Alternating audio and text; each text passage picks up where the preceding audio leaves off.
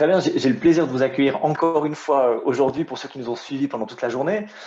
Cette journée réseau de Sciences Vallée qu'on organise chaque année, cette fois c'est pour la 3e édition, dont le but c'est vraiment de rassembler toute la communauté scientifique qui a un lien de près ou de loin avec le Valais. Le thème de cette année, c'est la science connectée.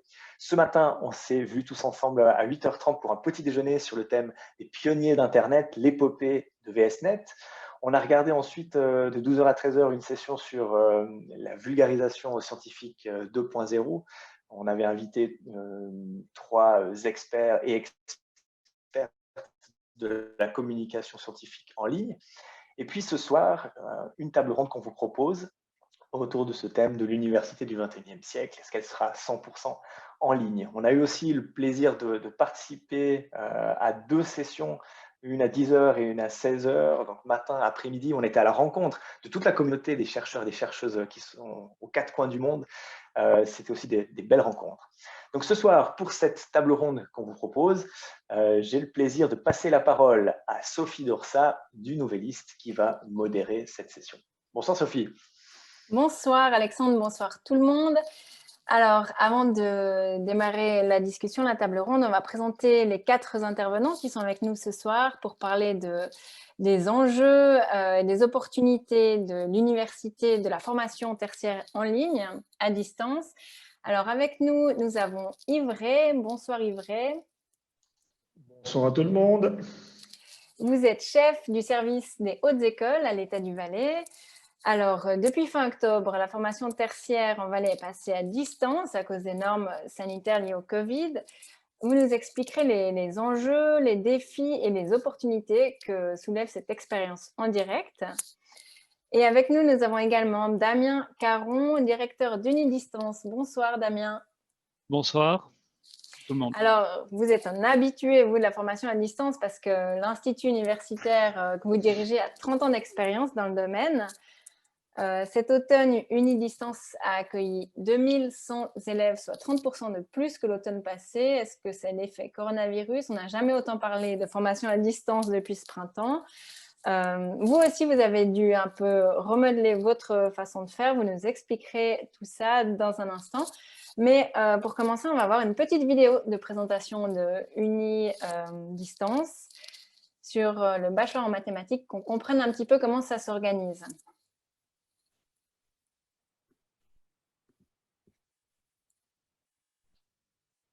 Vous voyez mon écran?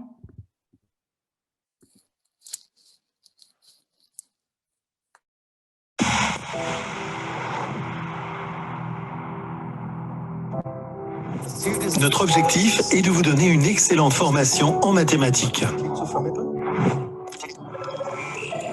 Nous avons mis au point un programme qui couvre les branches classiques des mathématiques, mais aussi tous les domaines modernes tels que les algorithmes, la programmation, l'intelligence artificielle, la stochastique et les statistiques. Nous aimerions former de bons mathématiciens, mais avec un profil très large. Et surtout, avec des compétences que vous pourrez utiliser dans des secteurs d'activité modernes et passionnants. Qu'est-ce que ce programme a de particulier? Il ne traite pas que des mathématiques pures, mais vous forme surtout en mathématiques appliquées. Cela signifie que vous allez découvrir les applications en intelligence artificielle, en ingénierie ou encore en recherche, car elles font partie intégrante du programme. Ce qui est intéressant, c'est la manière avec laquelle vous allez apprendre, mais aussi comment vous allez l'apprendre. Ce que vous allez apprendre, c'est un programme de bachelor en mathématiques complet, axé sur les aspects modernes tels que les algorithmes, la programmation, l'intelligence artificielle et bien d'autres encore. Comment allez-vous apprendre en parallèle à votre travail et à votre vie de famille? À Unidistance, vous étudiez individuellement tout en communiquant avec vos professeurs et les autres étudiants. Pour ce faire, vous avez différents outils à votre disposition que vous pouvez utiliser selon vos besoins. Par exemple, vous pouvez regarder une vidéo ou lire un livre chez vous, puis en parler avec les autres étudiants et vos professeurs via nos outils en ligne. Quel soutien allez-vous recevoir pendant vos études? Eh bien, nous allons vous aider à comprendre la matière. Nous allons préparer et développer les cours, puis vous allez regarder ces contenus et les apprendre. Dès que vous ne comprenez pas quelque chose, nous sommes là pour vous. Vous nous écrivez, nous vous répondons rapidement et vous pouvez continuer à travailler. Le grand avantage de cette formation, c'est le soutien personnalisé et les outils de communication performants qui sont à votre disposition.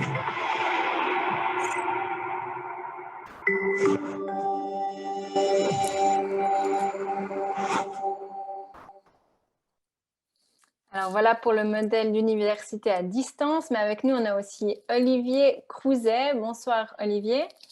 Bonsoir Sophie, bonsoir à tous. Alors vous êtes directeur en coordination pédagogique de l'école 42. L'école 42, c'est encore un tout autre modèle. C'est une école française qui a été développée pour apprendre l'informatique, basée sur un modèle complètement innovant. C'est une école gratuite, ouverte à tous. Il n'y a aucun prérequis. C'est une école sans cours, sans professeur, basée sur le modèle de l'apprentissage par les pairs. Vous avez une trentaine de campus à travers le monde, bientôt un campus à Lausanne. Donc pour vous aussi, la période Covid, ça a posé d'importants défis pour repenser votre enseignement. On en parlera tout à l'heure et on va tout de suite voir un sujet du journal télévisé sur l'école 42 pour mieux comprendre le concept.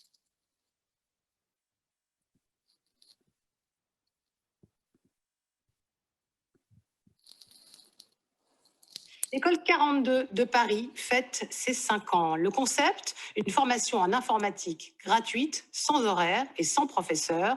Une école 4.0 créée par Xavier Niel, magnat des télécommunications, pour répondre au manque de développeurs informatiques. Marie-Urbain, Anne Fournier. Bonjour Alexandre.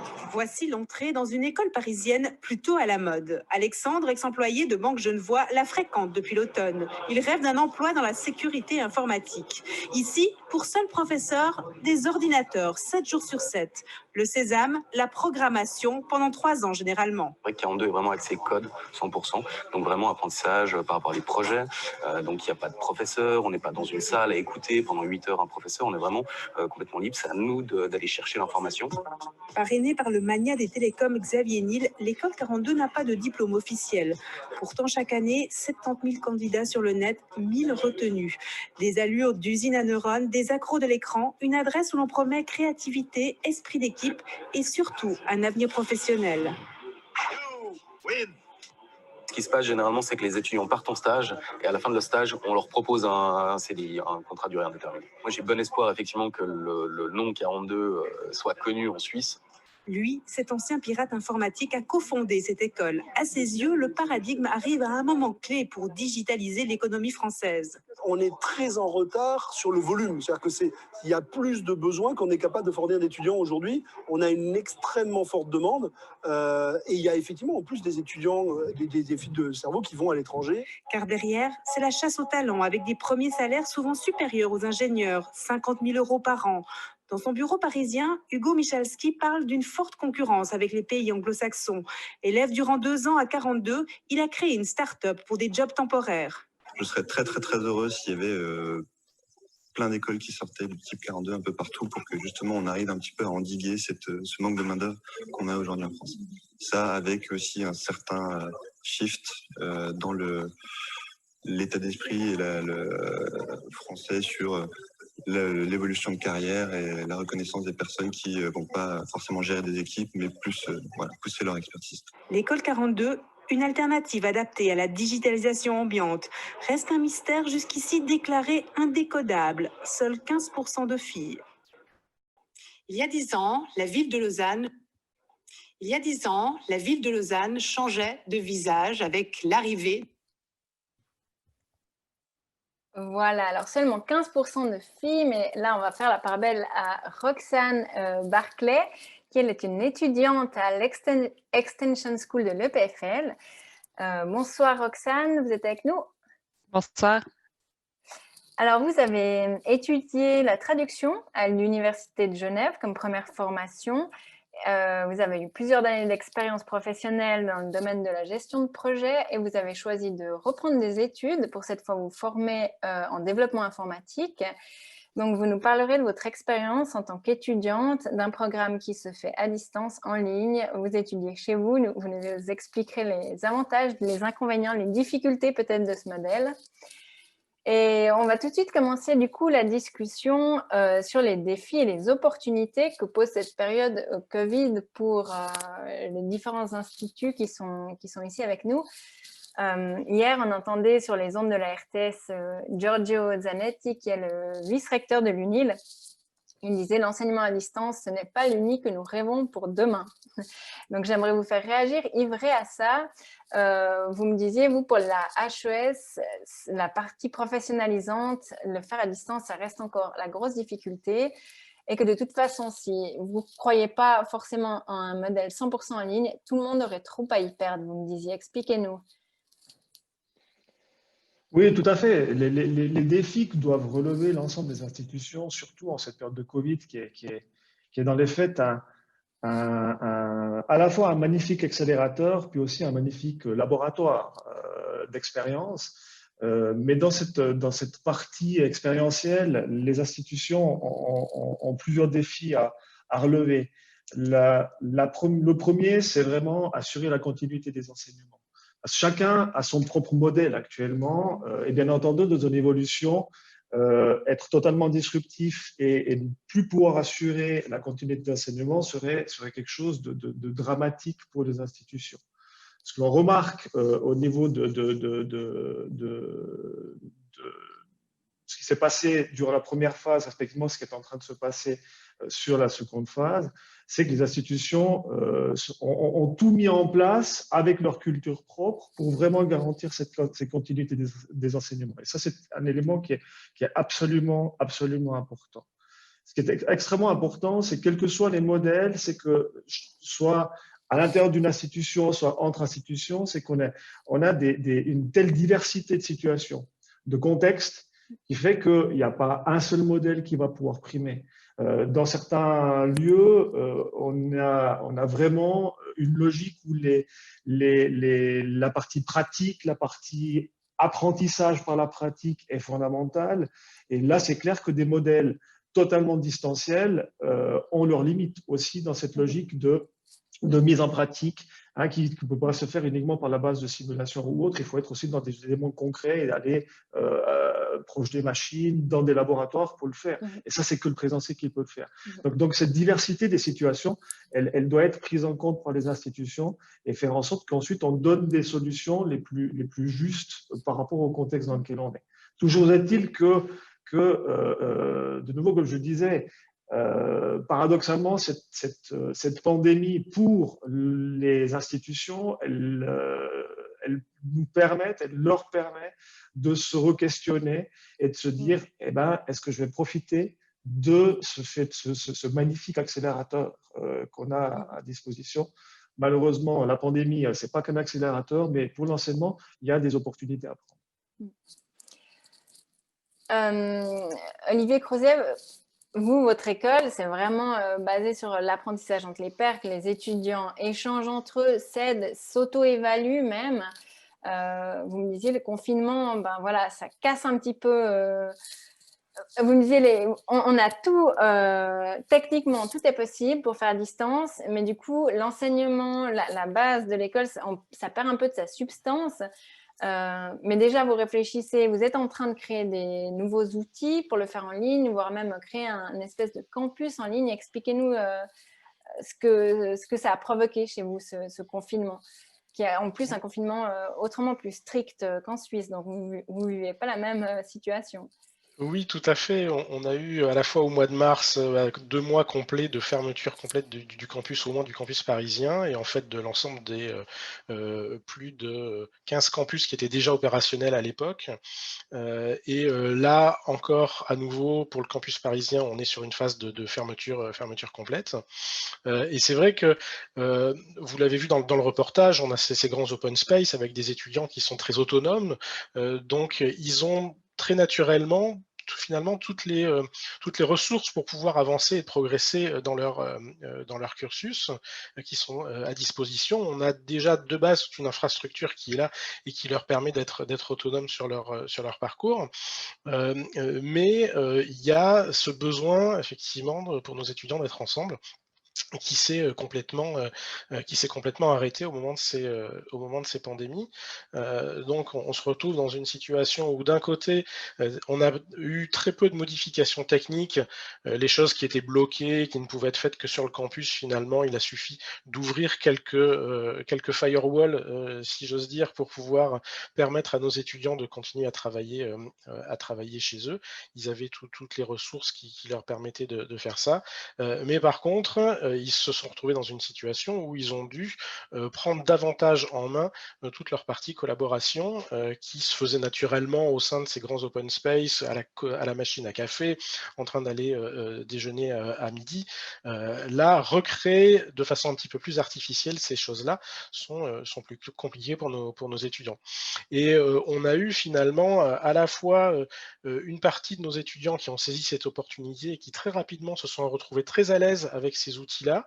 Je pense des étudiants peut-être davantage matures face à ce genre de situation.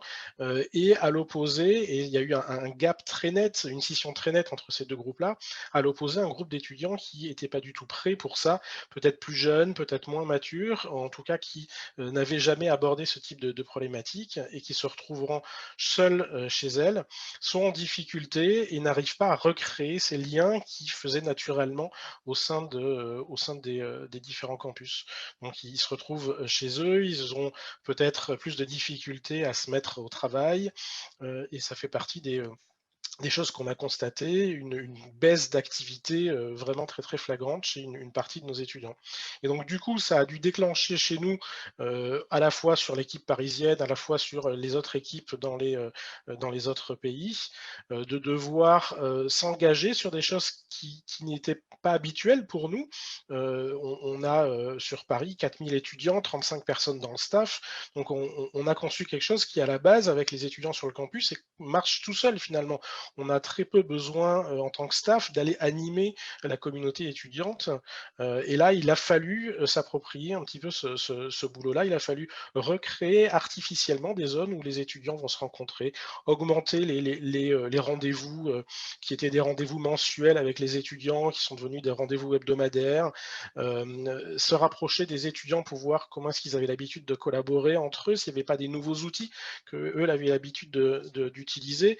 Et là où on avait tout un workspace Slack qui était un système de messagerie instantanée, on s'est aussi rapproché d'un nouveau système qui s'appelle Discord, qui est énormément utilisé par les jeunes et notamment les gamers, sur lesquels les étudiants se sont plus naturellement retrouvés pour pouvoir continuer à communiquer entre eux. Certains avaient déjà des groupes de contacts qui étaient assez forts et donc ça a été assez facile pour eux de continuer à échanger avec leurs collègues.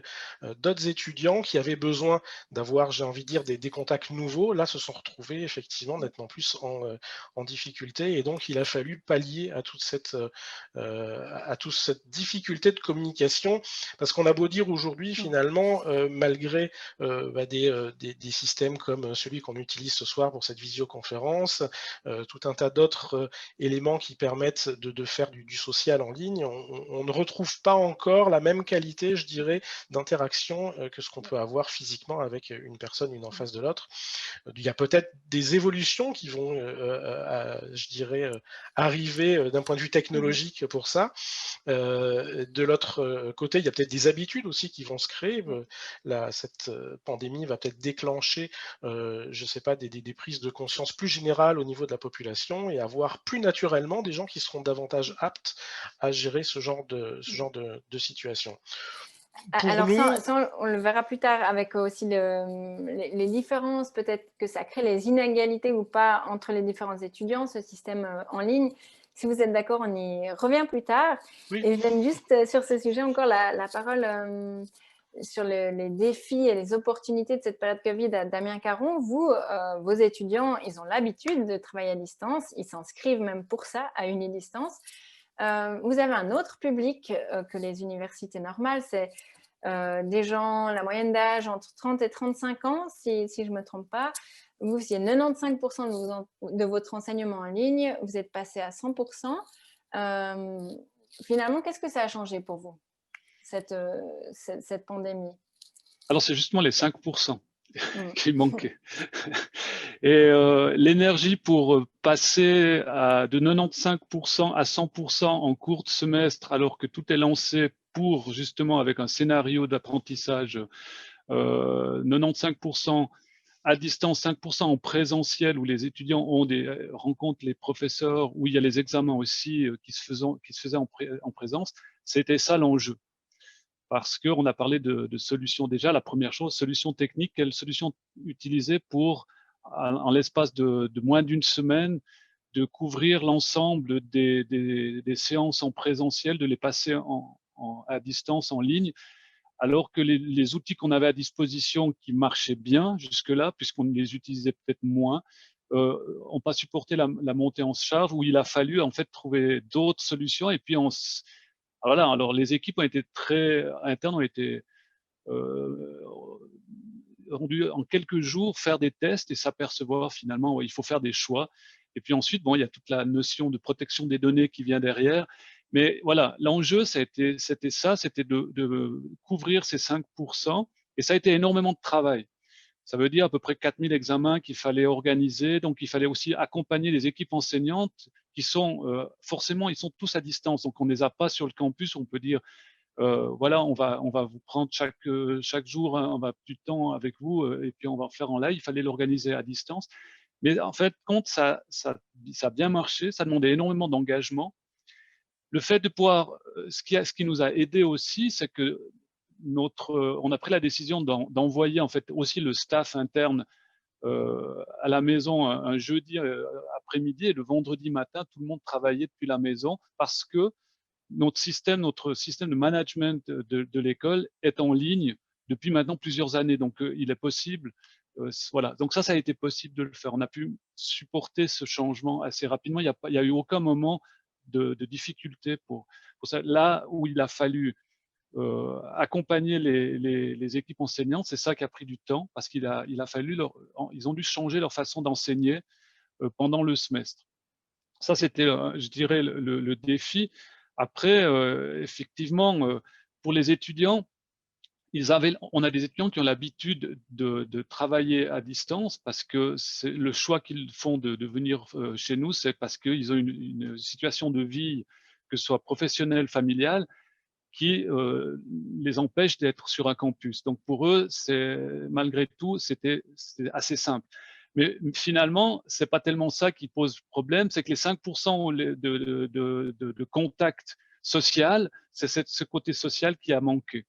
Donc là, encore une fois, on a fait des questionnaires où on s'aperçoit que 50% des étudiants se retrouvent très bien dans cette nouvelle situation, et l'autre 50% dit ça nous manque énormément, le fait de pouvoir sortir de chez moi et de rencontrer d'autres étudiants. Donc, il n'y a pas de bonne solution, ou de solution bonne pour tout le monde.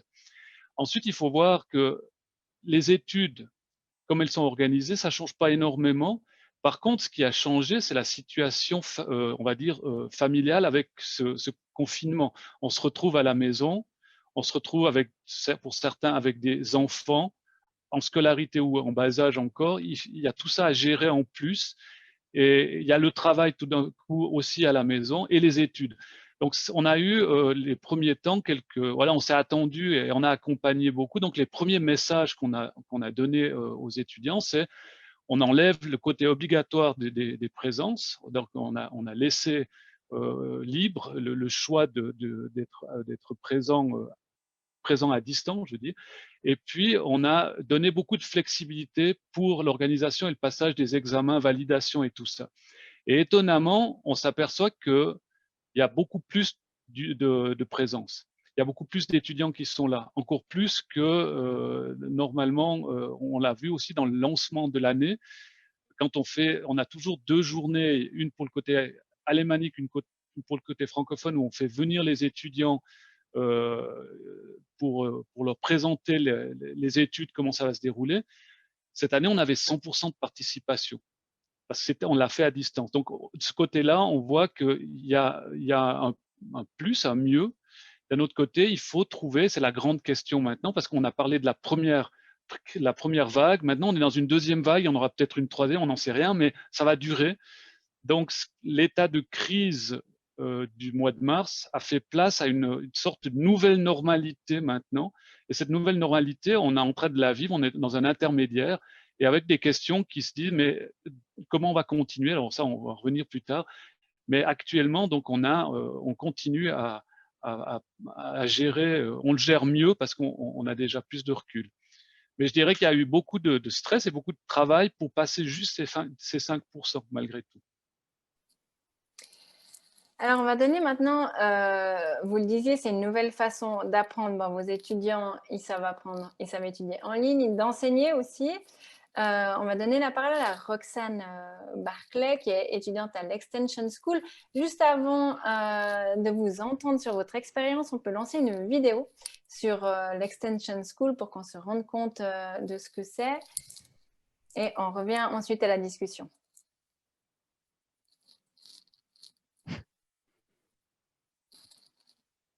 I think it is important that every citizen be part of the digital revolution because there is no way you can escape it. The Extension School is an innovative platform for continuing education specifically aimed at digital skills.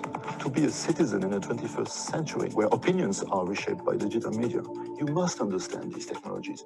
I mean that if you look at your daily life, it is already partly governed by algorithms. You get your news from news platforms. You keep contact with your friends and family via social media. All of this depends on web technologies, depends on data science, machine learning, artificial intelligence. These are some of the most sought after skills on the job market these days. So if you want to progress in your career, if you want to clinch one of these specific jobs, you have to have specific training. And that is precisely the mission of the Extension School.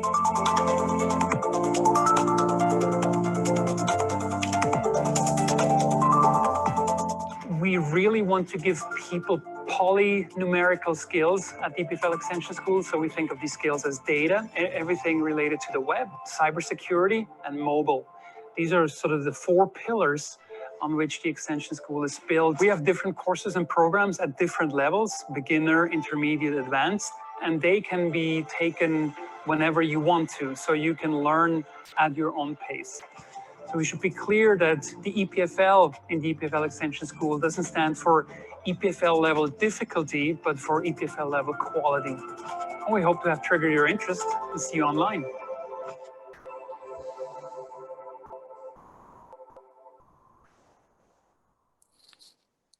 Alors, Roxane, vous avez voulu améliorer votre carrière en vous reformant. C'est votre deuxième formation. Donc, comme je disais avant, vous avez fait une formation de traduction à l'Université de Genève. Expliquez-nous votre expérience en tant qu'étudiante de ce programme à distance. Vous me disiez, il y a énormément d'avantages. Vous étudiez les cours quand vous voulez, vous vous connectez quand vous voulez. Il y a aussi une grande solitude. Comment est-ce que vous le vivez, en fait? Alors, je pense que ce que Olivier Crouzet a mentionné tout à l'heure de la maturité des étudiants, c'est quelque chose que je peux reconnaître, dans le sens, je pense que l'Extension School, qui est 100% en ligne, s'adresse peut-être plutôt à des personnes qui font une deuxième formation. Ce n'est pas des programmes complets de bachelor, master comme à Unidistance. Effectivement, les grands avantages, c'est que c'est très flexible. Tous les cours sont donnés soit en vidéo, soit par texte. Donc, c'est des vidéos enregistrées, ce n'est pas des moments où on doit être là en live. Ça permet de reconsulter, de poser, de réécouter. Ça, c'est un grand avantage. La difficulté, comme vous avez dit, Sophie, c'est un peu la solitude. C'est-à-dire que justement, il n'y a aucun moment où on est en contact avec les autres étudiants,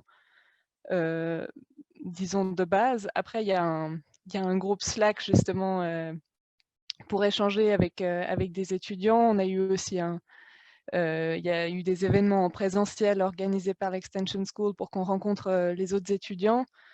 Moi, ça fait quelques semaines que je suis en contact régulier avec un de mes collègues de l'Extension School, et c'est vrai que ça aide beaucoup de pouvoir échanger avec lui et dire « Ah, t'en es où ah, j'ai tel problème, est-ce que tu peux m'aider ?» Voilà. Et je dirais que ce côté social dans l'université, il est aussi important, par exemple, si je fais le parallèle avec la traduction, donc mes premières études, c'est quand même un petit monde, la traduction, notamment avec une combinaison comme allemand-français. Donc on se connaît tous et on se connaît aussi parce qu'on a étudié ensemble. Et ça, c'est quelque chose qu'on retrouve un peu moins avec le format entièrement en ligne. Donc, vous disiez, c'est parfait comme deuxième formation, peut-être un profil d'étudiant à l'Extension School aussi un peu plus mature, comme on retrouve à l'unidistance. Yves, vous me disiez, des cartes à jouer pour les HES via la formation à distance, c'est par exemple les formations continues. Ça, c'est vraiment, on voit que le marché du travail aussi évolue tellement vite, les gens veulent se reformer, veulent se professionnaliser. Est-ce que là, pour la formation à distance, la formation continue pour des gens qui sont déjà sur le marché du travail, c'est vraiment quelque chose qu'il faut développer? Moi, je suis persuadé qu'en matière de formation continue, il y a énormément de choses à inventer. Que ce soit pour les HES, que ce soit pour les unis, que ce soit pour tous les acteurs de la formation continue. Mais plus que pour la formation on a initiale. Des défis. Disons que la formation initiale, elle est basée sur des contextes de profils de compétences qui sont beaucoup plus stables. Lorsqu'on va faire une formation bachelor, une formation master, c'est des formations beaucoup plus longues, même si on doit aussi amener beaucoup plus de flexibilité dans ces parcours d'études, mais la construction d'un programme de bachelor ou de master, je dirais qu'elle est beaucoup plus stable dans sa conception, sa réalisation. Dans les besoins de la formation continue, il y a besoin d'encore plus d'agilité, même si pour le reste, il faut cette agilité, mais la formation continue, il y a besoin de beaucoup plus d'agilité, beaucoup plus de flexibilité. Et puis là, on doit beaucoup plus réinventer parce qu'on doit être encore plus près des besoins du marché. Bien entendu, les formations initiales, elles doivent aussi répondre à des défis du marché, mais la formation continue, elle est encore beaucoup plus dans cette dynamique de proximité avec les besoins du marché. Et dès lors, il faut combiner avec les attentes des entreprises, combiner avec les attentes des participants, et puis se projeter aussi sur des choses qu'on fait très peu dans les hautes écoles, qu'elles soient universitaires, HES ou HEP. C'est inventer des nouveaux modèles, inventer de la formation à distance, inventer des microcrédits, inventer des parcours où on va peut-être encore plus empiler des choses plutôt que d'avoir une formation plus complète, etc. Et là, honnêtement, je pense que nos institutions universitaires, quel que soit leur type, dans leur positionnement sur le marché de la formation continue, il y a un champ d'opportunité extrêmement important. Donc, on disait un modèle, une nouvelle façon d'apprendre, mais aussi d'enseigner. Damien, Caron, expliquez-nous concrètement, chez vous, comment ça se passe l'enseignement? Je consultais votre bachelor en histoire, j'ai reconnu un prof que moi-même j'avais eu à l'université en histoire. Comment est-ce que vous l'avez reformé finalement pour qu'il passe de son amphithéâtre à des cours à distance? Il faut aussi que ça soit attractif. J'imagine que ça a été un gros défi on pourra revenir ensuite pour les profs de la HES, de se mettre à distance. Hier, on entendait dans ce sujet de la RTS que les profs souffrent aussi de cette transition. Comment vous entraînez vos profs, vous les formez pour que ça soit attractif? Alors, effectivement, c'est vraiment un autre rôle. C'est un autre métier. Le métier, c'est toujours de transmettre un savoir, amener des étudiants à une connaissance, mais c'est une autre façon de faire. Et donc, il faut apprendre. Il faut aussi. Alors, c'est pas simplement si on parle de la distance, c'est pas simplement de dire je mets à disposition un savoir et puis je reste dans mon rôle. Nous, on essaie de dépasser ça aussi parce qu'on pourrait rester dans ce que les universités à distance ont fait peut-être depuis la fin du 19e siècle, durant tout le 20e siècle. C'est que dès le moment où on a inventé le moyen de transporter très rapidement par la poste des contenus, on l'a fait. Donc les premières universités à distance sont nées comme ça. Mais le rôle de l'enseignant n'avait pas changé. Avec la technologie aujourd'hui, ce rôle doit pouvoir changer parce que les étudiants peuvent avoir accès à des savoirs, à des contenus de manière différente. Donc effectivement, nous, on a parce qu'il faut aussi dire, Unidistance, c'est une institution valaisanne qui est née à peu près aujourd'hui, on parlait ce matin, c'était VSNet, 25 ans, quelques années avant, 3 ans avant, c'était le lancement d'Unidistance en Valais, avec quelques années après la haute école spécialisée à distance. C'était 27 étudiants et aujourd'hui, on en a près de 5000 les deux écoles ensemble.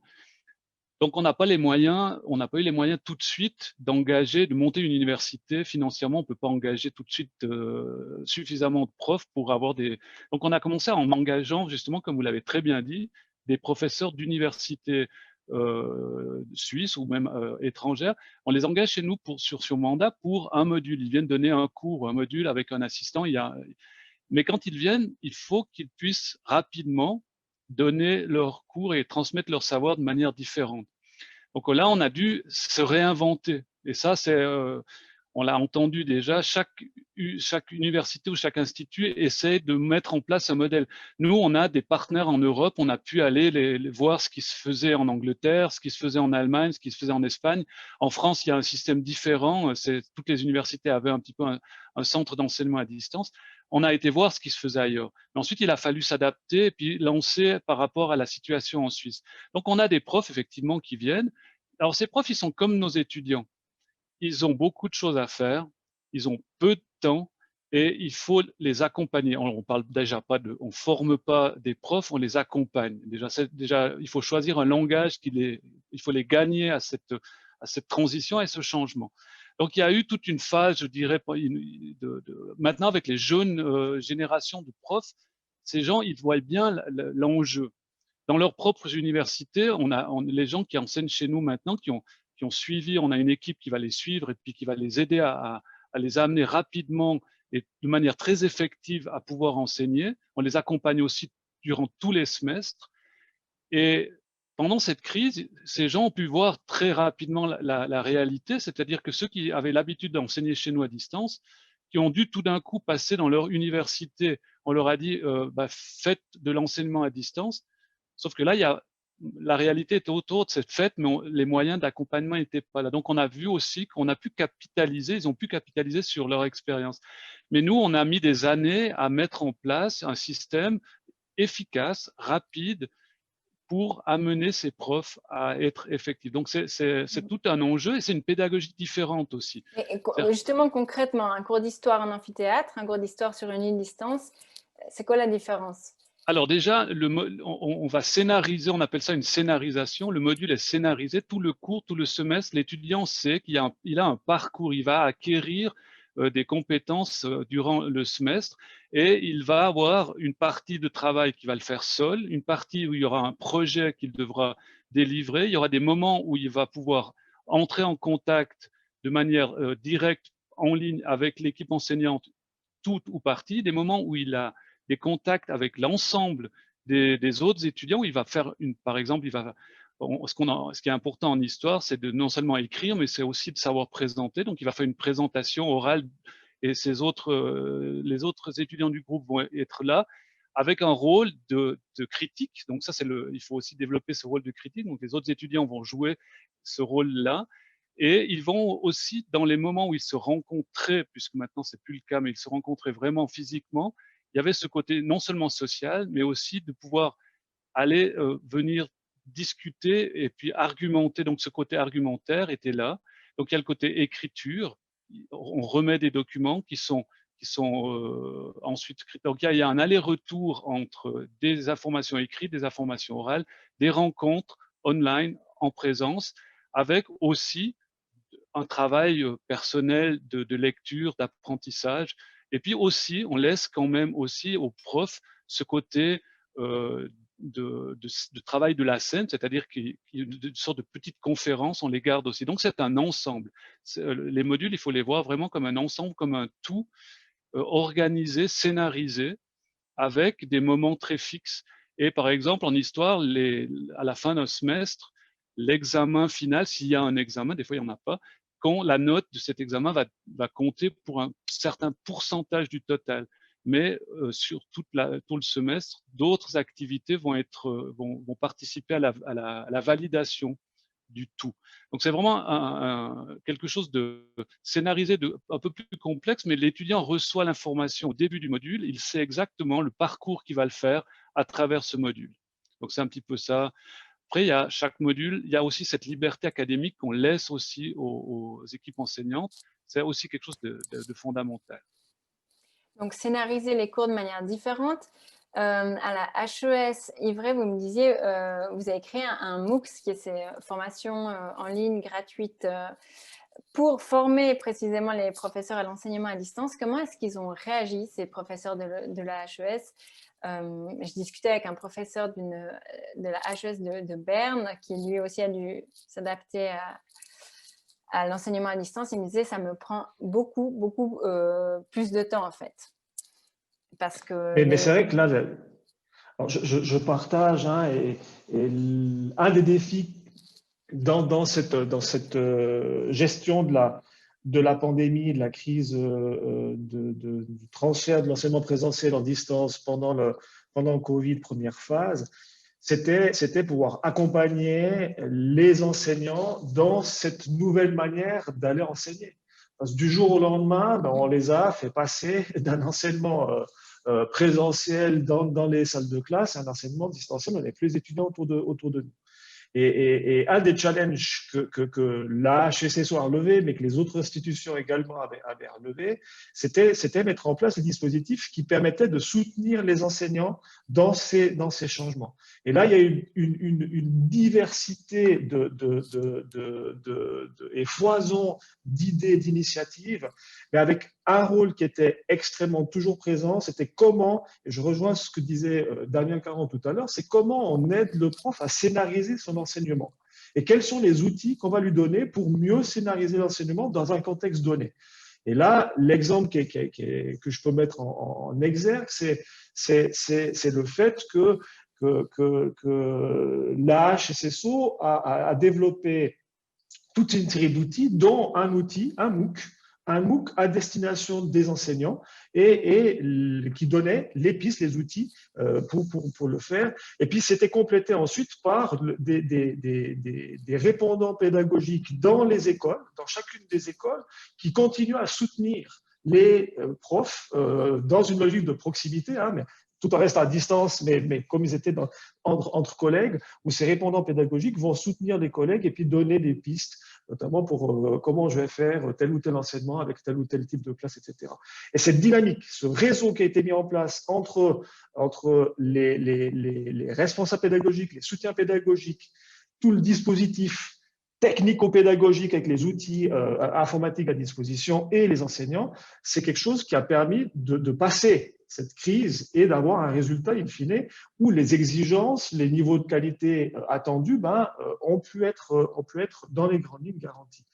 Et ça, je tiens aussi à relever qu'il y a eu dans chacune des écoles, dans chacune des institutions, une énorme charge de travail de la part des profs et des enseignants, mais aussi une volonté de passer dans ce nouveau système. Puis une autre chance qu'on a eue, c'est qu'on aurait eu ce passage-là il y a 10 ans en arrière, on n'aurait pas eu les mêmes solutions qu'aujourd'hui. Et cette maturité technologique et cette prise de conscience de la transformation digitale de la société, elle a été aussi très, très bénéfique pour nos institutions. Roxane Barclay, vous trouvez que c'est une formation qui est plus attractive de le faire à distance, au niveau de la méthode d'apprentissage aussi? C'est plus varié peut-être ou... Est-ce que c'est plus varié? Je ne sais pas. Moi, ça me convient mieux que d'être en présentiel. Parce que j'ai tendance à m'assoupir en présentiel. Je suis narcoleptique, donc pour moi, c'est un gros avantage de pouvoir juste suivre en ligne. Mais je ne sais pas si c'est plus varié, c'est-à-dire qu'un modèle hybride est au moins aussi varié qu'un modèle en ligne. Et finalement, on va se demander si justement ce système d'apprentissage à distance, il est plus accessible, ou plus sélectif pour les étudiants. On a déjà partiellement répondu. Plusieurs d'entre vous disaient que les étudiants doivent être avoir un certain seuil de maturité pour pouvoir se gérer. Il y a aussi toute la question de l'équipement. Est-ce que tout le monde, est-ce que c'est à la portée de tous d'avoir un matériel informatique suffisant, un réseau, un écran, un espace tranquille à la maison? Olivier Crouzet, vous me donniez des chiffres. Sur Paris, il y a quand même eu 10% des élèves pour qui les ressources en informatique, réseau et tout ça, ça a posé problème. Et jusqu'à 30% sur vos campus, sur votre campus au Maroc. Donc, est-ce que c'est quelque chose qui peut être pénalisant finalement? Oui, nous, c'est quelque chose qui, effectivement, on l'a vu pendant cette pandémie, qui est pénalisant. Alors, vis-à-vis du cursus 42 en lui-même, il y a un avantage, il y a tout notre processus de gamification qui permet vraiment un rythme complètement individualisé. Donc, même si après, c'est un petit peu plus délicat si un certain nombre de gens sont désynchronisés par rapport, j'ai envie de dire, au gros de leur promotion, ils vont avoir moins de gens avec qui collaborer, avec qui discuter. Mais il y a au moins de façon naturelle déjà à l'intérieur du cursus, le fait de pouvoir mettre le cursus en pause, le fait de pouvoir prendre plus de temps que son voisin parce que soit on a simplement besoin de davantage de temps pour apprendre, soit même dès le début du cursus, on a besoin pour se loger et se nourrir d'avoir un job à temps partiel à côté. Donc c'est quelque chose qu'on avait déjà effectivement intégré et on a pu utiliser les mêmes ficelles finalement au moment de cette pandémie quand on a fait d'entrée un gros sondage sur l'ensemble de nos étudiants et tous nos campus ont fait ça pour savoir qui avait besoin d'un ordinateur, qui avait un problème de connexion Internet, ou même parfois des gens qui avaient un seul ordinateur pour la famille ou n'avaient pas de 2 pièces à la maison pour pouvoir travailler de façon tranquille. Et peut-être que la petite sœur ou le petit frère avait besoin de l'ordinateur aussi pour suivre les cours de l'école, du lycée ou du collège. Et donc, on a eu effectivement un certain nombre de situations. Donc, pour ces gens-là, on avait déjà tous les éléments qui nous permettaient de mettre le cursus complètement en pause et de leur permettre de reprendre. Et alors, ces gens, typiquement, ont été prioritaires au moment de la réouverture. Quand on a commencé le déconfinement, on avait des règles sanitaires évidemment à appliquer. On avait aussi le besoin d'avoir davantage d'espace et moins de personnes en simultané sur le campus. Donc ça, un système de réservation a très facilement et très rapidement pu être mis en place. Et ces publics-là qui n'avaient pas pu travailler chez eux ont été prioritaires pour pouvoir revenir sur le campus en premier lieu, sans limite de temps, là où les places restantes étaient attribuées avec je dirais des limitations temporelles pour les étudiants réguliers qui avaient la possibilité de bosser naturellement chez eux. On dit qu'en général, pour les MOOCs, c'est à peu près 20 à 30% des étudiants qui finissent totalement le programme. Qu'en est-il chez vous, Damien Caron? Quel est le pourcentage des élèves qui s'inscrivent pour un bachelor ou un master et qui arrivent à terminer le cursus? Et justement, tous les défis que ça peut poser, une vie de famille, une vie professionnelle à côté. Alors, si on prend sur l'ensemble d'une formation, on a le même taux d'abandon qu'une université en présence. On n'a pas plus, on n'a pas moins. Par contre, les abandons, s'il y en a, ça va être se concentre beaucoup sur les premiers semestres. Le choc de la réalité de l'organisation des études à distance avec la vie de famille, la vie professionnelle, c'est là qu'on voit si ça passe ou si ça casse. Donc nous, on travaille beaucoup sur l'accompagnement. J'entendais avant, c'est clair que on laisse pas nos étudiants seuls. On est vraiment derrière au niveau du suivi, au niveau des équipes enseignantes. On offre vraiment un soutien. Si on prend pour chaque module de base une classe de je sais pas 30 ou 40 étudiants, il y a un prof, un assistant à 50%, et ensuite plus les classes sont grandes, plus on va rajouter on va venir rajouter du monde dans ces équipes enseignantes. Donc on sait très bien que le soutien est déterminant. Et toutes les équipes, je dirais, par exemple, des services académiques qui sont aussi là pour répondre aux besoins des étudiants. Donc ce taux d'abandon, on essaye de le réduire en suivant les étudiants. Mais il est clair qu'on n'a pas, on va pas pouvoir influencer tous les paramètres. quand on fait des études avec un travail et une famille, il arrive une crise comme celle-là, c'est la famille et le travail qui, voilà, les priorités sont vite mises, ce qui est tout à fait normal. Dans une vie normale, sans la crise, mais s'il y a un problème de santé. Donc, on essaye de toujours être là et d'être attentif et de réagir. Donc, on sait, et ça, c'est jusqu'au niveau de la direction, on est vraiment dans une phase où, d'ailleurs, toute la valeur et tout ce qu'on a construit au niveau de l'école, au niveau de la stratégie, c'est l'étudiant est au centre. Et pour nous, c'est peut-être la différence aussi, c'est qu'on part du principe qu'on a un rapport plutôt comme avec des clients. Ce sont vraiment, on est une entreprise, on a des clients. Nos étudiants ont des attentes, ils sont tous, ils ont on va dire une autre réalité, vous l'avez dit. Avant, vous parliez de 35 ans à peu près, mais on a de plus en plus de jeunes aussi. On a énormément de jeunes qui viennent, et c'est-à-dire que je dirais que c'est pas tellement une question d'âge, le choix chez nous, c'est une question de réalité de vie. C'est-à-dire qu'on fait ce choix de venir faire des études chez nous parce que on peut pas être sur un campus. Donc à partir de là, on a besoin d'un soutien particulier. On prend tous les jeunes sportifs, c'est des gens qui ont besoin de flexibilité, qui ont besoin qui eux savent s'organiser, qui sont assez focus comme personnalité, mais ils ont besoin de flexibilité dans l'organisation de certains cours, de certains examens. Donc il faut être à l'écoute de ce public-là aussi. Et ces besoins-là, on essaye vraiment de suivre. Et puis c'est ça, voilà la réponse. L'abandon se fait si tout d'un coup il y a quelque chose de plus important dans la vie qui fait qu'il n'y a plus d'équilibre. Mais autrement, je reviens là-dessus, on n'a pas plus d'abandon sur l'ensemble de notre cursus.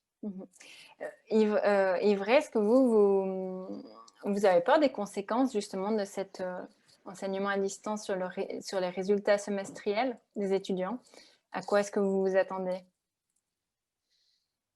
Tout va dépendre des institutions. Lors de la première phase, honnêtement, je n'ai eu aucun souci. Beaucoup de gens parlaient, il faut éviter les générations Covid, etc. Sauf que dans la première phase, on était parti sur quelque chose de très court terme. C'était l'histoire de 1-2 mois d'ici à la fin du semestre qui se faisait fin juin, début juillet. Aujourd'hui, le défi est plus grand parce qu'on part dans une pandémie beaucoup plus qui va avoir des impacts dans une forme de durabilité. Et c'est vrai que pour les institutions présentielles, que ce soit les uniprésentielles ou les HES et les HEP, là, il y a le défi de s'assurer que les exigences de qualité, les exigences à atteindre en matière de compétences chez les étudiants, elles soient véritablement atteintes. Et plus on est dans une approche, dans une institution où l'approche aussi, les défis des parties pratiques sont présentes, plus on a ces modèles où on sait qu'on ne va pas pouvoir rester totalement à distance. Je ne dis pas que si on était qu'une université traditionnelle n'a pas ces défis-là, mais une HES en particulier par rapport à ces aspects de pratique, d'immersion professionnalisante dans le cursus des études, dans le sein du cursus, on se retrouve avec comment on arrive à alterner et comment on arrive à répondre à ces aspects pratiques en étant full distance. Et là, je suis persuadé qu'il faut trouver cette alternance entre le distance et le présentiel. Et c'est pour ça qu'on travaille notamment avec les institutions pour ne pas se retrouver trop longtemps dans des modes où il n'y a plus cette possibilité de revenir en présence afin de notamment réaliser ces parties pratiques. Et là, si on se retrouvait dans la logique de durée de distance beaucoup trop longue ou plus longue, là, c'est vrai qu'on irait vers pas aller jusqu'à une génération Covid, parce que je n'aimerais pas arriver à ce stade-là, mais en tout cas, se retrouver avec des compléments, le cas échéant, à proposer. Si on imagine par la suite que les cours à distance se généralisent, que ce soit dans les HES, dans les unis, là, on voit que unidistance, ce n'est pas le même profil d'étudiant que la HES, qui n'est pas le même profil d'étudiant que l'école 42. Mais si ce modèle à distance tendait à se généraliser, est-ce qu'il y aurait, vous pensez, toutes ces institutions seraient beaucoup plus en conséquence, qui seraient beaucoup plus en... je ne trouve pas le mot, en compétition les unes avec les autres. En concurrence. En concurrence, voilà, exactement. Olivier Crouzet, l'école 42, en France, elle est en directe concurrence avec les unis, les autres écoles de développement informatique. Comment ça se passe ? Oui, on est quand même en concurrence avec un certain nombre d'écoles informatiques qui sont assez pratiques, qui en tout cas ont un contenu orienté projet assez important. Après, il y a un certain nombre de différences. On peut mettre du côté de 42 une certaine ouverture. Le fait qu'il n'y ait pas de prérequis en termes scolaires, ça fait partie des choses qui vont attirer une certaine catégorie d'étudiants. On n'a pas que des bacheliers, par exemple. On a près de 40% de nos étudiants qui ne sont pas bacheliers. Donc, on peut en partie être aussi, je dirais, un petit peu une école de la seconde chance pour certains profils qui auraient été décrocheurs. On a aussi un accès social plus important avec une gratuité de la scolarité. Ça permet d'attirer des profils qui n'auraient pas pu accéder à certaines écoles, notamment certaines grandes écoles réputées, mais qui sont payantes et donc qui peuvent poser problème.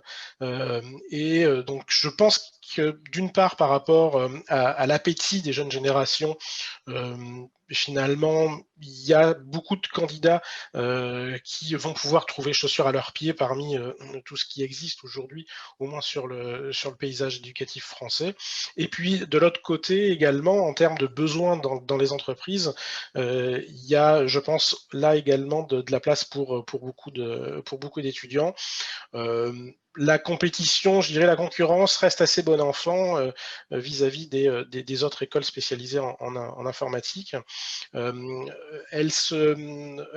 contre, elle se caractérise pas vraiment vis-à-vis des universités qui ont, alors peut-être à tort pour certaines, probablement, une image, en tout cas l'université publique en France, qui est beaucoup plus éloignée des besoins réels des entreprises, avec une approche qui est beaucoup plus théorique et qui, là, du coup, reste moins apprécié de la part du marché du travail. Alors, on peut passer maintenant gentiment aux questions du public. Je vous lis une question qu'on m'a transmise. Le coût de production de la parole étant élevé avec le numérique, comme avec l'utilisation d'un clavier, les interactions verbales et non verbales étant dégradées à distance, n'encourage-t-on pas, faute d'un renouvellement des approches pédagogiques, le risque de prioriser des contenus d'enseignement qui soient le moins discutables possible et voir les cours transmissifs faire florès. Peut-être Yves, qu'est-ce que vous en pensez? Est-ce qu'on tue finalement le débat aussi? Non, on ne tue pas le débat parce que, de nouveau, pour moi, que l'on soit en distance, en présence, un des défis majeurs que doivent relever l'ensemble des institutions, c'est de rendre les parcours les plus flexibles possibles. C'est de mettre l'étudiant au centre de la question, dans le sens où c'est à l'étudiant à aller aussi se responsabiliser. Et on a aussi, que l'on soit en distance ou en présence, le fait de mettre l'étudiant au centre, le fait de responsabiliser l'étudiant, le fait de le mettre au travail, encore plus au travail que ce qu'il n'est d'habitude, le fait de le faire participer, le fait de jouer peut-être l'enseignement d'une autre manière. Quand on est en classe, on est plus dans une logique participative et l'étudiant, il arrive préparé au cours. Là, on est sur des défis qui doivent être relevés, quel que soit le mode présentiel, distanciel, hybride ou autre. Le numérique, pour moi, c'est un gros avantage. C'est un gros avantage, c'est parce que finalement, avec la révolution numérique, on est en train d'encore plus démocratiser les études. Et cette démocratisation, elle est fondamentale parce qu'elle va permettre un développement sociétal encore plus important que ce qu'il n'a été à l'époque où le savoir était uniquement destiné aux élites. Et c'est peut-être dans cette logique-là qu'on doit utiliser le numérique et plus forcément mettre en opposition distance-présence, mais c'est comment on utilise le numérique comme un outil au service du développement des institutions, en particulier les institutions universitaires, qu'elles soient présentielles ou distancielles. Alors bien entendu, ça va générer un coût de production, bien entendu, ça va générer la disruption, bien entendu, ça va générer toute une série de défis à relever, mais on doit vivre avec notre temps. Et les universités, les hautes écoles, qu'elles soient présentielles, tous les instituts de formation, qu'ils soient présentiels, distanciels, publics, privés, doivent relever le défi de la transformation numérique.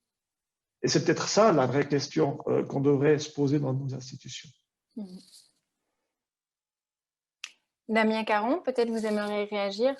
Oui, alors peut-être deux choses. Alors, quand on parle des coûts, aujourd'hui, si je prends rien qu'Unidistance, entre les coûts de réservation des salles à travers tout le pays pour permettre à nos étudiants de se rencontrer régulièrement, on ne les a plus. Donc ces coûts-là disparaissent, donc on peut les investir dans d'autres façons de faire. Donc les coûts des universités en présence aujourd'hui, elles sont là par l'infrastructure qu'elles doivent avoir.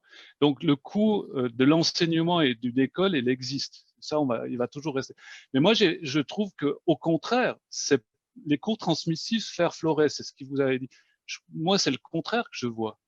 Nous, on base en fait la réflexion sur une filière, c'est que les étudiants doivent atteindre à la fin un certain nombre de compétences. Et on va contrôler que les compétences se retrouvent dans tous les cours, ou en tout cas dans l'ensemble d'une filière. C'est-à-dire qu'on ne veut pas simplement que les étudiants sortent avec un contenu, une connaissance, mais aussi les compétences. Ils ont travaillé différentes compétences. Donc, à partir de là, que l'on fasse ça à distance ou en présence, si chaque équipe enseignante a dans sa tête une vision très claire des compétences que les étudiants doivent aussi acquérir, ils vont utiliser les outils à disposition pour travailler sur ces compétences.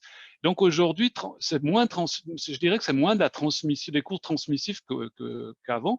Aujourd'hui, quand on se voit, qu'on se voit comme maintenant on se voit ou qu'on se voit dans une salle, on s'assied pas pour écouter une conférence pendant 4 heures, mais c'est pour travailler en équipe. C'est pour poser des questions sur un contenu qu'on a reçu, sur des travaux qu'on a dû faire, et on acquiert un autre niveau d'apprentissage. Donc moi, je dirais plutôt qu'aujourd'hui, avec cette mode d'apprentissage basé sur les compétences, c'est le contraire qui arrive. C'est pas justement alors les coûts, il y en aura toujours, mais c'est des coûts qui vont être mis ailleurs, et puis voilà. Mais je crois que moi, je suis persuadé qu'il y a quelque chose d'autre qui est en train de se passer. Justement, cette méthode d'apprentissage basée plutôt sur la transmission de compétences, le développement de compétences chez les étudiants, est-ce que c'est aussi plus proche, peut-être un type d'enseignement plus proche des réalités finalement du marché, de ce qui se passe en entreprise? Peut-être Roxane Barclay, comment est-ce que maintenant vous étudiez? Est-ce que c'était différent quand vous alliez à l'Uni pour suivre les cours de traduction? Est-ce que vous vous sentez plus proche finalement ensuite du marché du travail, du fonctionnement en fait, d'une entreprise, où quand on arrive à une réunion, on a quelque chose, on bosse sur un projet, on a quelque chose à présenter? Je suis pas sûre de comprendre votre question, pardon, vous pouvez reformuler? Est-ce que vous avez l'impression qu'avec la formation en ligne que vous êtes en train de faire, vous chargez de nouvelles compétences qui seront directement utilisables sur le marché du travail? Et est-ce que c'est peut-être cet enseignement à distance où on responsabilise aussi plus les élèves, c'est peut-être directement plus facilement transposable ensuite au marché du travail. On est plus proche de cette réalité-là où on bosse, on acquiert des compétences, on travaille sur des projets quand on se connecte ensemble, comme on pourrait le faire dans une entreprise, quoi. Alors, à l'Extension School, on n'a pas l'élément de se connecter ensemble avec d'autres apprenants. Je dirais qu'en présentiel, moi, j'ai eu l'expérience aussi de devoir préparer des présentations. Donc, je dirais qu'en présentiel aussi, on se prépare à l'entreprise dans ce sens-là. Après, la formation que je fais aujourd'hui, c'est de la programmation. Donc, une des tâches du développeur, c'est toujours d'aller chercher des solutions par lui-même. Et ça, on le fait beaucoup. Et en ce sens-là, oui, je pense qu'on développe des compétences qui sont très utiles dans le monde du travail. Mais je ne sais pas si je ferais l'opposition présentielle-distance sur ce point-là. C'est peut-être simplement un nouveau modèle pédagogique qui se développe, qui est en train de s'installer, qu'il soit en présence ou en distance. D'ailleurs, à l'école 42, c'est exactement ce que vous faites, quoi. Les étudiants apprennent par eux-mêmes. Il n'y a même plus de profs. Là, vous êtes allé même plus loin, il n'y a plus d'enseignants. Oui, tout à fait. On n'a plus d'enseignants, on n'a même pas de contenu de cours sur lequel on va pointer ou orienter nos étudiants. On a justement, de mon point de vue, comme le disait Yves tout à l'heure, vraiment un changement fort, une révolution de l'accès au savoir. Il y a eu, j'imagine, l'apparition de l'écriture, il y a eu Gutenberg. Et pour moi, on vit là aussi une transition forte avec beaucoup de connaissances accessibles à beaucoup de monde, le jour, la nuit, tout le temps, n'importe où à peu près, en tout cas au moins dans un certain nombre de pays. Et pour moi, partant de là, le fait de transférer finalement du savoir est quelque chose qui perd un petit peu de son intérêt. Et ce qu'on demande à nos étudiants finalement, c'est de se confronter à cette multitude d'informations et de savoir apprendre à la gérer.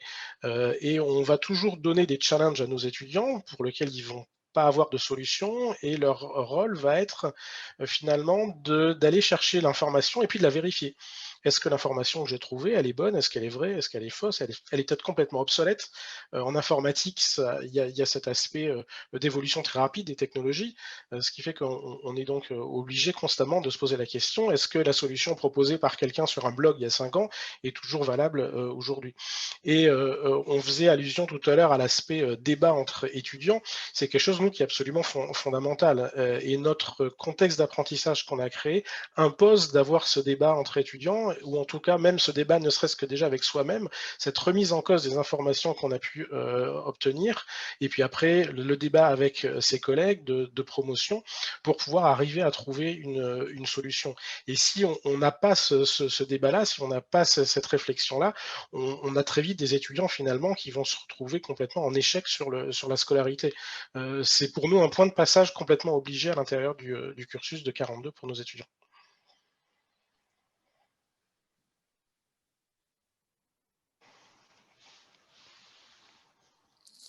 On a encore une question que je vous lis. L'utilisation des scénarios pédagogiques et du numérique permet une flexibilisation et une individualisation des parcours d'apprentissage. Que dire des cours en auditoire devant 300 étudiants? Donc, cette personne nous dit « L'interaction à distance rend l'encadrement des étudiants bien plus performante et jamais aussi proche. C'est paradoxal, mais la distance rend plus proche. » Yves, est-ce que c'est le retour que vous avez eu des étudiants? Finalement, un suivi plus individualisé, plus personnel? Alors, dans les institutions présentielles, ce qu'il faut dire, c'est que les étudiants ont quand même vécu cette période de distance avec pas mal de sentiments de solitude et de perte de motivation, de risque de perte de motivation, parce qu'ils étaient dans un contexte qui était le contexte du présentiel. Donc par rapport à la question de M. Panatier, le monde n'est pas binaire. Le monde n'est pas binaire, donc c'est pas ni juste ni faux, c'est pas ni juste ni vrai.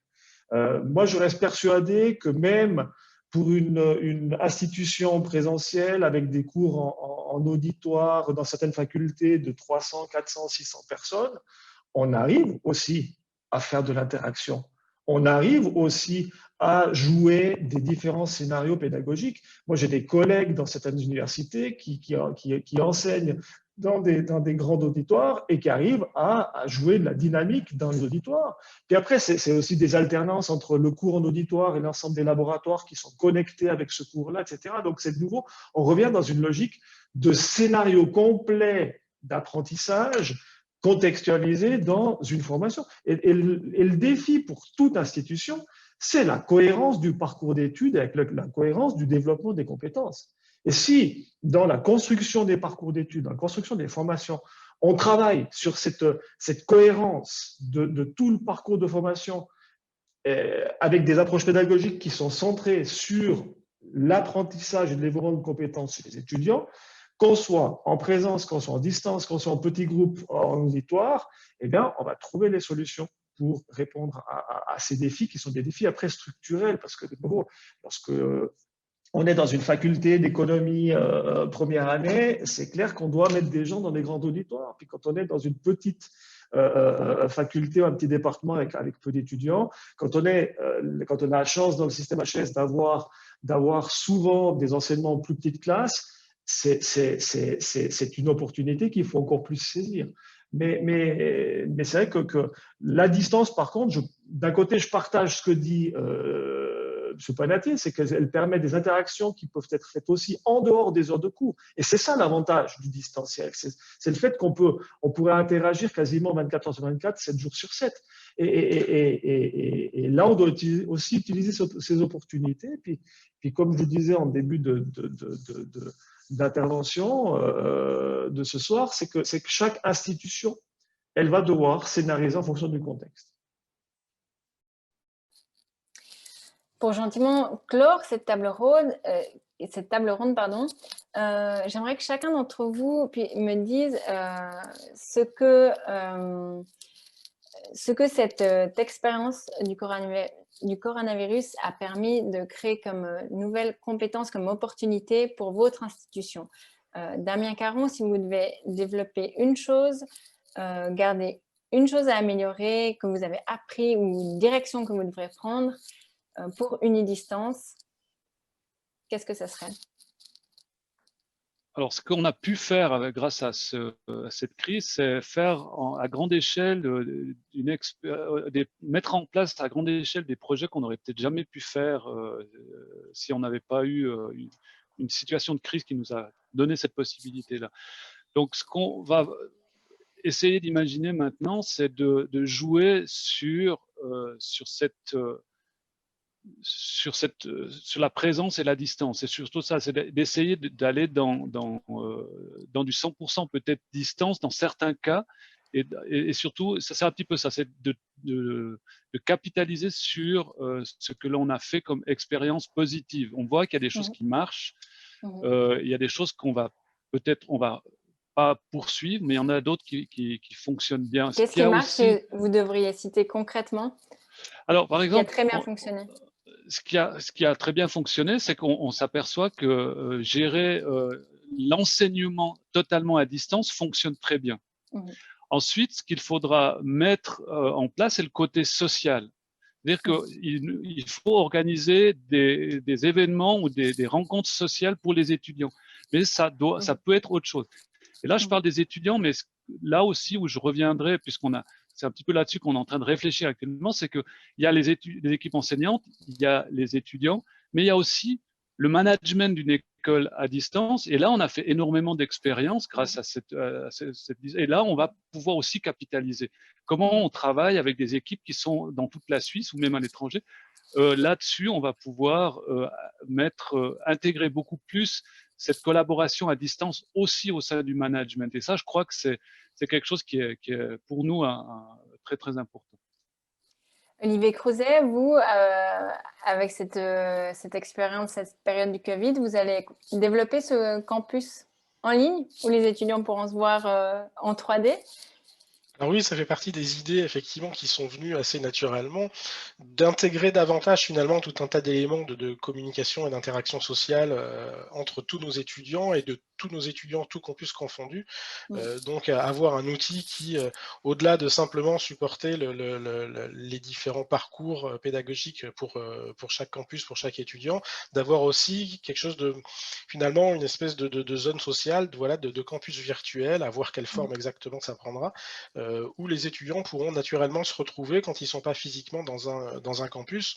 Nous, très clairement, cette pandémie nous a fait, je dirais, mettre peut-être, repositionner quelque chose qui était déjà prévu. On avait une ambition en deuxième partie de cursus, une fois que nos étudiants apprennent à collaborer entre eux au sein d'un campus dans les grands open space dont on dispose, en deuxième partie de cursus, commencer à les internationaliser, leur rendre la possibilité de faire des projets avec différents autres étudiants qui sont dans d'autres campus. Et donc, on avait quelque chose de crescendo qui était prévu pour s'approprier toute cette partie travail à distance en ligne qui est présente sur le marché du travail. Aujourd'hui, il y a des développements offshore dans l'informatique, donc il y a besoin de savoir collaborer internationalement et avec des gens un petit peu partout dans le monde, sur plusieurs time zones. Et c'est quelque chose qu'on va assez naturellement, je pense, remettre un petit peu plus présent en début de cursus. On va augmenter ce qu'on avait prévu en termes de dispositifs pour pouvoir insérer ça plus tôt et de l'avoir à plus grande ampleur à l'intérieur du parcours. Et je pense que ça va faire écho aussi au fait qu'on va avoir des jeunes générations qui seront davantage prêtes aussi pour ce type de travail-là, qui auront davantage de vécu et qui trouveront plus naturel d'avoir cette approche-là. Donc finalement, cette pandémie qui a d'un côté poussé des jeunes générations d'un côté, nous on va adapter et faire en sorte que notre cursus y réponde plus rapidement tout au long du parcours des étudiants. Encore plus proche des besoins du marché. Et Yvré, finalement, qu'est-ce que vous retenez? Peut-être une partie des cours de la HES qui continueront en distance, un modèle hybride à adapter pour votre institution? Moi je pense, si on parle de la HES, c'est un modèle qui est un modèle où le présentiel est extrêmement important dans les filières que l'on a, même si dans les faits, on a aussi des formations totalement à distance dans le modèle HS, notamment avec la Fernhochschule, mais dans le modèle standard des HS, on est dans des logiques où le présentiel est important. Mais si j'étends au-delà des HES pour l'ensemble du paysage des hautes écoles, c'est aussi bien entendu mon rôle, c'est que dans un des enseignements que j'ai pu observer, sur lequel on doit essayer de renforcer des solutions, c'est que l'ensemble des institutions fait énormément d'efforts pour accompagner les professeurs et les enseignants dans cette disruption. Est-ce qu'on a toujours fait le même effort? Est-ce que les institutions ont toujours fait le même effort pour soutenir les étudiants, pour accompagner les étudiants dans cette disruption-là? Là, on a des réponses qui sont plus disparates et nuancées. Donc, pour moi, il y a un enjeu aussi de trouver tous les outils complémentaires pour continuer à accompagner les étudiants et éviter d'en perdre le moins possible dans ces changements aussi qui sont extrêmement importants pour les étudiants. Et puis ce que j'ai envie de dire aussi, finalement, c'est qu'en Valais, on a une chance extraordinaire. On a une chance extraordinaire, c'est qu'on a un réseau de haute école qui est très riche. On est un petit canton, mais on a un réseau de haute école qui est très riche. Et pour moi, un des vœux, avec cette opportunité qui nous est donnée par la pandémie, c'est de pouvoir encore plus jouer ces connexions d'experts qui existent dans chacune des hautes écoles, en particulier dans le champ du numérique et de l'enseignement à distance, parce que on ne s'en rend pas assez compte, mais le Valais a la chance d'avoir des experts nationaux et internationaux, autant dans les institutions à distance que sont la Fernuni et la Fernhochschule, que dans les institutions en présentiel. Et là-dessus, on doit vraiment pouvoir capitaliser pour jouer aussi une forme de USP valaisans qu'on pourrait déployer au niveau national et au niveau international. Et là, ça touche le numérique, mais ça touche aussi des nouvelles formes de formation, ça touche des nouveaux types d'enseignement, sans vouloir faire de l'ombre à École 42, hein, mais parce que c'est à la fois aussi de la concurrence, mais il y a des modèles que nos écoles doivent évoluer. Et il y a de la place pour tout le monde. Vous rêvez d'une université en Valais, en ligne, accessible à tout le monde? On a déjà une université en ligne en Valais mais on a déjà une université en ligne qui vient d'avoir par ailleurs sa reconnaissance institutionnelle, hein, l'institut de type universitaire qui est la Fernouni, avec Damien Caron qui est présent parmi nous ce soir. Il y a des enjeux d'aller plus loin encore, bien entendu. Il y a des ambitions à avoir pour notre canton, notamment avec la capitalisation sur l'enseignement à distance. Ça, c'est absolument clair. Absolument clair. Il faut continuer à capitaliser et penser aussi disruptif, avec des ambitions de capitaliser autour de l'unidistance qui pourrait devenir et qui devrait devenir une université à terme. Mais c'est au-delà de ça, c'est aussi capitaliser sur le réseau des hautes écoles. De nouveau, il y a cette diversité en Valais qui est géniale, qui est absolument géniale, on ne s'en rend pas assez compte. Et c'est en jouant sur chacune de nos institutions qui est forte dans son secteur, mais être aussi dans une logique d'élever un petit peu et puis aller dans ces connexions, et en particulier sur les connexions pour le numérique et pour la transformation digitale de notre société. Merci, on va terminer sur votre intervention, à moins que quelqu'un veuille absolument rajouter quelque chose parmi nos intervenants. Sinon, je vais repasser la parole à Alexandre pour la clôture de la table ronde. Je vous remercie en tout cas à tous pour vos présences. Merci Sophie, merci pour la modération de cette table ronde. Pendant toute la durée de cette table ronde, on a fait un peu travailler aussi les autres participants. On a fait 2 sondages. Le premier qui portait sur la question qu'on s'est posée aujourd'hui. L'université du 21e siècle sera-t-elle 100% en ligne? On a 3% qui nous disent oui, c'est sûr. Personne nous a dit non, on ne change rien. Et c'est un plébiscite pour un modèle hybride. Finalement, c'est ce qu'on a discuté aussi ce soir, avec 97% des intervenants qui plébiscitent plutôt cette variante. On en a fait aussi un deuxième. Ivry a parlé aussi un peu d'avenir. C'est des discussions qu'on a aujourd'hui. Si on imaginait un modèle pour une université en Valais, vers quoi on se dirigerait? Alors de nouveau, aujourd'hui, plus personne a envisagé un campus centralisé. Ça semble peut-être d'être quelque chose de dépassé aujourd'hui. Personne nous a dit non plus que l'université, ça servait à rien et que c'était un modèle du passé. 85% des participants nous disent qu'un campus hybride à distance, digitalisé et physique serait peut-être quelque chose de souhaitable. On se dirige assez dans cette direction-là. Le campus multisite dont on a parlé ce matin et qui était souvent évoqué au début des discussions dans les années 80 et les années 90, recueille dans cette session, ce petit sondage, 24%.